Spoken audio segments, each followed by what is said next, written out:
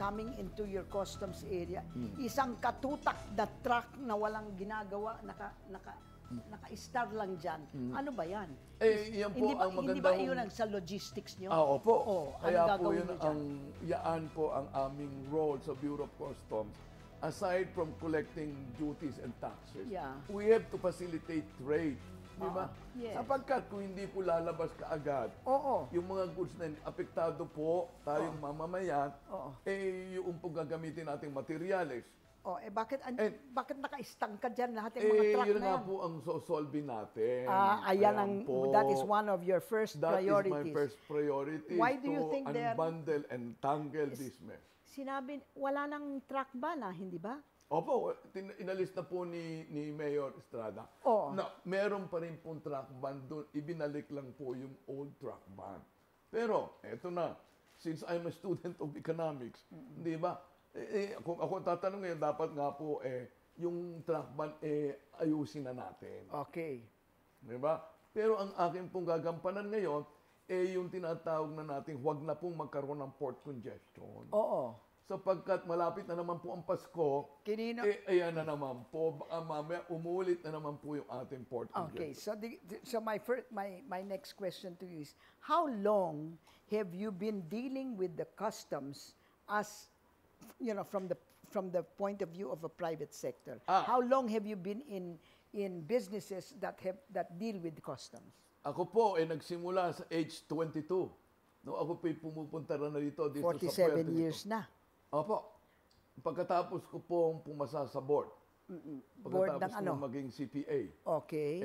Nagsimula na po akong pumunta dito sa Puerto. Oo. Ang una kong trabaho dito ay mag-handle ng export.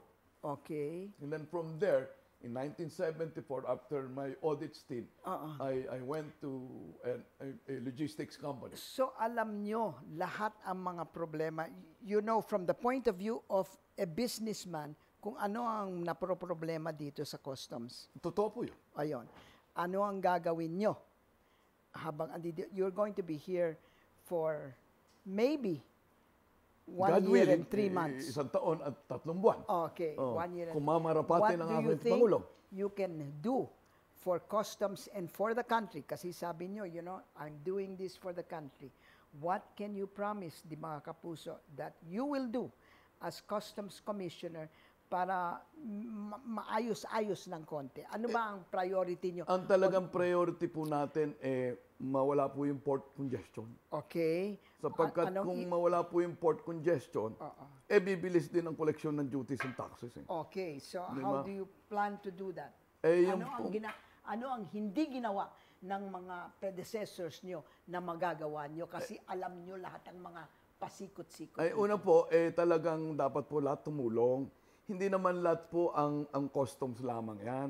Kasama po dito sa atin ang bangko. Mga bangko. Dapat po ang bangko magbukas din ng Saturday and Sunday. Nasabi nyo na ba yan? Nasabi ko na po, opo. Okay. Kinakausap na po natin ang bangko. Pati po yung mga shipping agents, magbubukas na rin po sila ng Sabado. Isa po yun. Kasimple-simple lang, hindi naisip ng 200 of your predecessors?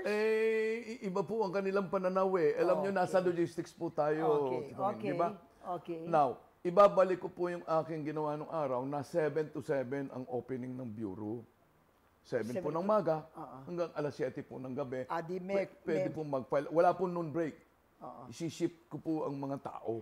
Shifting.